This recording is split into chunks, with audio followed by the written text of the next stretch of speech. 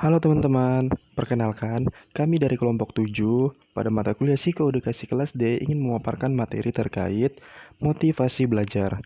Jadi, pertanyaan yang kemudian timbul ialah bagaimana sih cara meningkatkan motivasi belajar itu? Jadi, pada video ini kita akan membahas 4 topik utama.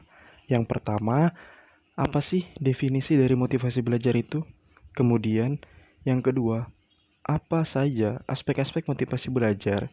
Yang ketiga, apa yang menjadi indikator dari motivasi belajar? Dan yang keempat, bagaimana cara kita meningkatkan motivasi belajar? Baik, mari kita mulai. Yang pertama, definisi dari motivasi belajar itu sendiri. Jadi, Chernis dan Goldman pada tahun 2001 mengumumkan bahwa motivasi belajar adalah salah satu fasilitas atau kecenderungan seseorang untuk mencapai tujuan dengan kegigihan dan semangat dalam melakukan aktivitas belajarnya. Selanjutnya kita masuk pada aspek-aspek motivasi belajar. Jadi, aspek-aspek motivasi belajar menurut Chernis dan Goldman pada tahun 2001 itu ada 4. Yang pertama ialah dorongan mencapai sesuatu, yang kedua komitmen, yang ketiga inisiatif, yang keempat ialah optimisme. Sekarang kita masuk ke bagian yang ketiga, ialah indikator dari motivasi belajar. Jadi indikator yang pertama ialah dorongan mencapai sesuatu. Jadi, suatu kondisi yang mana individu berjuang terhadap sesuatu untuk meningkatkan dan memenuhi standar atau kriteria yang ingin dicapai dalam belajar. Yang kedua, komitmen. Siswa yang memiliki komitmen dalam belajar ialah siswa yang merasa bahwa siswa memiliki tugas dan kewajiban sebagai seorang siswa dan mereka harus belajar.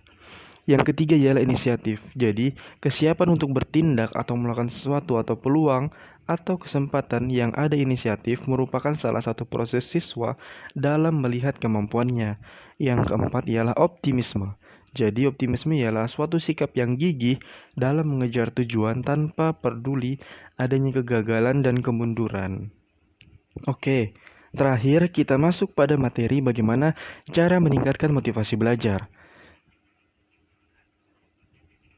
Jadi, cara yang dapat dilakukan dalam meningkatkan motivasi belajar ialah dengan dua cara. Yang pertama ialah motivasi intrinsik dan yang kedua motivasi ekstrinsik. Jadi, motivasi intrinsik ialah menurut Carroll pada tahun 2015 mengumumkan bahwa motivasi intrinsik adalah motif-motif yang menjadi aktif atau berfungsinya tidak perlu dirangsang dari luar, karena dalam diri setiap individu sudah ada dorongan untuk melakukan sesuatu. Contohnya, seseorang yang senang membaca tidak perlu ada seseorang yang menyuruh atau mendorongnya. Individu tersebut sudah rajin mencari buku-buku untuk dibacanya sendiri. Kemudian, motivasi ekstrinsik. Carroll pada tahun 2015 mengemukakan bahwa motivasi ekstrinsik adalah motif-motif yang aktif dan berfungsinya karena adanya perangsang dari luar.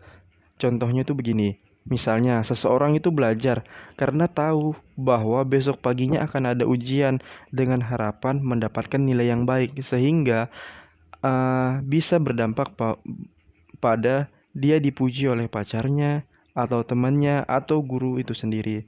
Jadi yang penting bukan karena belajar ingin mengetahui sesuatu, tetapi ingin mendapatkan nilai yang baik atau agar mendapatkan hadiah. Oke, itulah tadi pemaparan materi terkait motivasi belajar. Kami dari kelompok 7 Psikodi kelas D mengucapkan terima kasih banyak.